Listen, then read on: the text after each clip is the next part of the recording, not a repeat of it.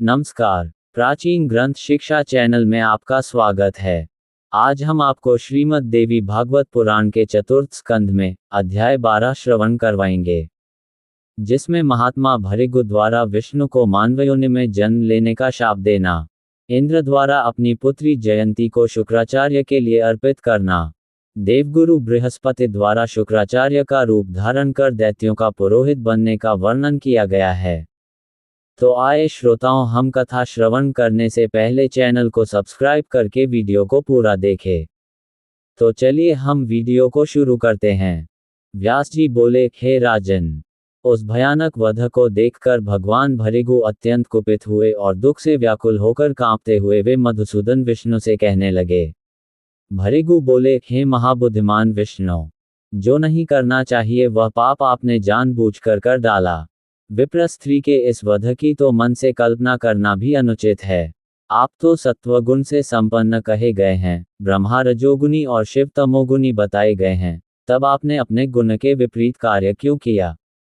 आप तामसी कैसे हो गए, जिससे आपने ये घोर निंदनीय कर्म कर डाला? हे विष्णु, आपने उस अवध्य तथा निरपराध स्त्री को क्यों मार डाला? उन्होंने क्रोधपूर्वक कहा कि अब मैं तुझ दुराचारी को शाप दे रहा हूं, इसके अतिरिक्त तुम्हारा क्या प्रतिकार करूं? अरे पापी, तुमने इंद्र के हित के लिए मुझे विधुर बना दिया।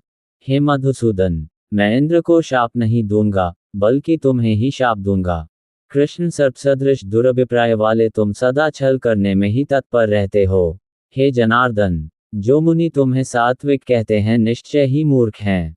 मैंने तो प्रत्यक्ष जान लिया कि तुम तमोगुनी तथा दुराचारी हो। अतः हे जनार्दन, मेरे शाप से मृत्युलोक में तुम्हारे अनेक अवतार हों और इस स्त्री वधजन्य पाप के कारण बार बार गर्भवास से होने वाले दुख को भोगो। व्यास जी बोले, उसी शाप के कारण भगवान विष्णु धर्म का ह्रास होने पर संसार के कल्याण के लिए बार बार मानव रूपों में प्रकट होते हैं। राजा बोले, हे व्यास जी, जब अमित तेजस्वी चक्र के द्वारा भृगु पत्नी का वध हो गया, उसके बाद महात्मा भृगु का गार्हस्थ्य जीवन कैसे व्यतीत हुआ? व्यास जी बोले, इस प्रकार रोषपूर्वक भगवान विष्णु को शाप देकर कार्यकुशल महर्षि भृगु तत्काल उस कटे सिर को लेकर शीघ्रतापूर्वक अपनी पत्नी के घर में जोड़ करके बोले, हे देवी, विष्णु के द्वारा तुम मारी जा चुकी हो, किंतु अब मैं तुम्हें फिर से जीवित कर रहा हूं। यदि मैं संपूर्ण धर्म जानता हूं तथा उसका सम्यक आचरण करता हूं और सदा सत्य भाषण करता हूं, तो उसी सत्य के प्रभाव से तुम जीवित हो जाओ। सभी देवता मेरे महान तेज बल को देख लें। यदि मुझ में सत्य, पवित्रता, वेदाध्ययन तथा तपस्या का बल होगा तो मैं उन्हीं के प्रभाव से शीतल जल से तुम्हारा प्रोक्षण करके तुम्हें जीवित कर दूंगा। व्यास जी बोले, तब जल से प्रोक्षित करते ही मधुर मुस्कान वाली वे भृगु पत्नी शीघ्र ही जीवित हो गईं और बड़ी प्रसन्नतापूर्वक उठकर खड़ी हो गईं। तब सोकर उठी हुई के समान उसे देखकर सब ओर से लोग साधु साधु ऐसा कहकर भृगु मुनि तथा उनकी भार्या दोनों की स्तुति करने लगे। इस प्रकार उन महर्षि भृगु ने उस सुंदरी को जीवित कर दिया। ये देखकर इंद्र सहित सभी देवता अत्यंत आश्चर्यचकित हो उठे। तत्पश्चात इंद्र ने देवताओं से कहा, भृगु मुनि ने अपनी साध्वी भार्या को जीवित कर दिया। साथ ही मंत्रज्ञानी शुक्राचार्य कठोर तपस्या करके शिव से मंत्र प्राप्त कर पता नहीं क्या कर डालेंगे। व्यास जी बोले, हे राजन, मंत्र प्राप्ति के लिए शुक्राचार्य के अत्यंत कठोर तप का स्मरण करके इंद्र की नींद समाप्त हो गई और उनके शरीर में व्याकुलता होने लगी। तब मन में भली भांति विचार करके इंद्र ने सुंदर स्वरूप वाली अपनी पुत्री जयंती से मुस्कुराते हुए कहा, हे पुत्री, मैंने तुम्हें तपस्वी शुक्राचार्य को सौंप दिया। अतः हे तन्वंगी, अब तुम जाओ और मेरे कल्याण के लिए उनकी सेवा करो और उन्हें वश में कर लो। उस उत्तम आश्रम में शीघ्र जाकर उनके मन को प्रिय लगने वाले विविध उपचारों से उन्हें प्रसन्न करके मेरा भय दूर करो। विशाल ननों वाली वह सुंदर कन्या पिता की बात सुनकर शुक्राचार्य के आश्रम में गई और वहां पर उसने मुनि को नीचे की ओर सिर करके धुएं का सेवन करते हुए देखा। तब उनके तपोरत शरीर को देखकर और पिता की बात याद करके वह केले का एक पत्ता लेकर मुनि को पंखा झलने लगी। तब से वह उनके पीने के लिए अत्यंत स्वच्छ, शीतल, सुगंधित तथा रुचिकर जल ले आकर उनके समक्ष श्रद्धापूर्वक उपस्थित किया करती। सूर्य के मध्य आकाश में होते ही वह सुंदरी उनके ऊपर वस्त्र से छतरी बनाकर छाया कर देती थी। वह साध्वी सदा पातिव्रत्य धर्म का पालन करती थी। वह शास्त्र विहित दिव्य, पके तथा मीठे फल लाकर खाने के लिए उन मुनि के समक्ष रख देती थी। वह कन्या उनके नित्यकर्म के संपादनार्थ पुष्प और तोते के वर्ण के समान प्रादेश मात्र माप वाले हरे हरे कुश उनके आगे प्रस्तुत कर देती थी।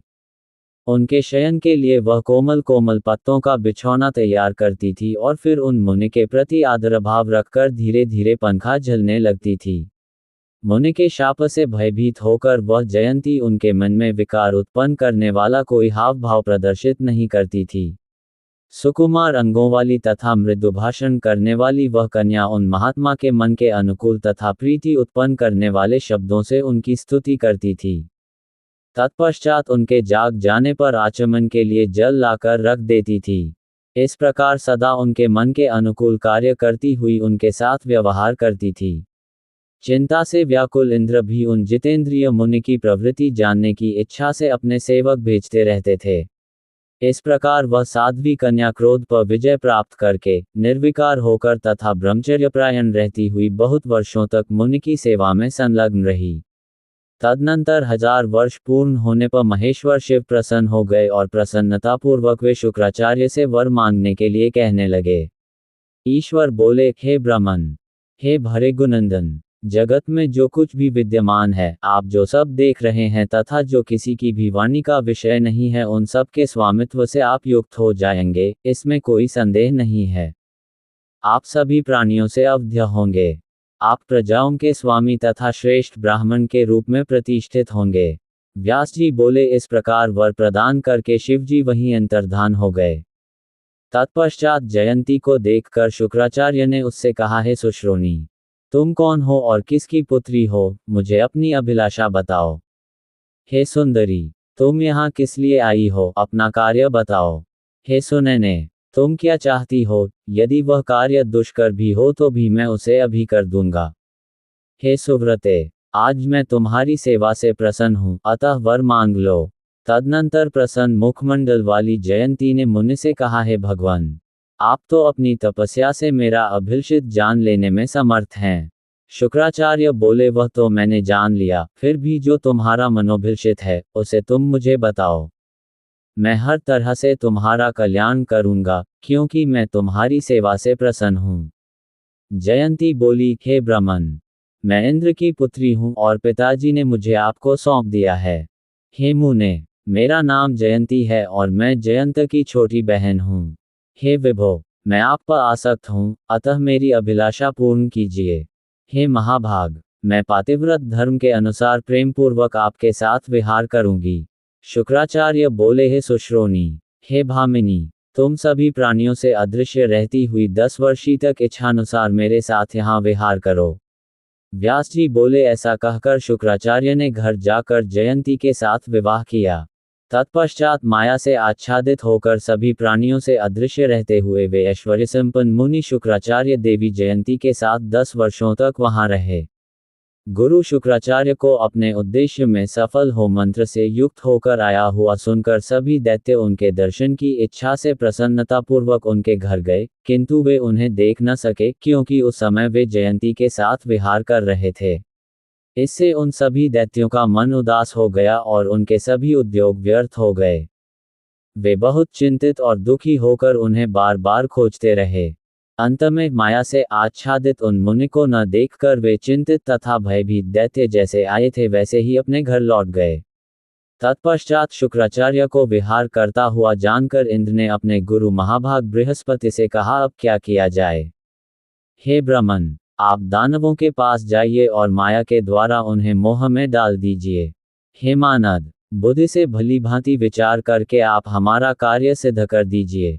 इंद्र की बात सुनकर देवगुरु बृहस्पति शुक्राचार्य को मायाच्छादित होने के कारण अदृश्य हो जयंती के साथ क्रीड़ा करते जानकर उन्हीं का रूप धारण करके दैत्यों के पास गए। वहां पहुंचकर उन्होंने बड़े आदर के साथ दानवों को बुलवाया। तब सभी दानव आ गए और उन्होंने शुक्राचार्य को अपने सम्मुख देखा। माया से विमोहित सभी दैत्य उन छद्मवेशधारी देवगुरु बृहस्पति को ही शुक्राचार्य समझकर उन्हें प्रणाम करके उनके समक्ष खड़े हो गए। वे शुक्राचार्य का कृत्रिम रूप प्रकट करने वाली देवगुरु बृहस्पति की माया को नहीं जान सके। तत्पश्चात छद्म माया से शुक्राचार्य का रूप धारण करने वाले गुरु बृहस्पति ने उनसे कहा, मेरे यजमानों का स्वागत है। मैं आप लोगों के हित के लिए अब आ गया हूँ। मैंने आप सबके कल्याण के लिए तपस्या के द्वारा भगवान शिव को प्रसन्न कर लिया और अब मैं उनसे प्राप्त विद्या को निष्कपट भाव से आप लोगों को बता दूंगा। ये सुनकर वे श्रेष्ठ दानव प्रसन्नचित हो गए। गुरु शुक्राचार्य को अपने उद्देश्य में सफल समझकर वे मोहग्रस्त दानव बहुत हर्षित हुए और उन्होंने बड़ी प्रसन्नता के साथ उन्हें प्रणाम किया। वे भयमुक्त तथा संतापरहित हो गए। अब देवताओं का भय छोड़कर वे सभी दैत्य स्वस्थचित होकर रहने लगे। नमस्कार, आज का वीडियो इतना ही। अगला अध्याय अगले वीडियो में। संपूर्ण देवी भागवत पुराण सुनने के लिए बने रहे हमारे YouTube चैनल प्राचीन ग्रंथ शिक्षा पर। धन्यवाद।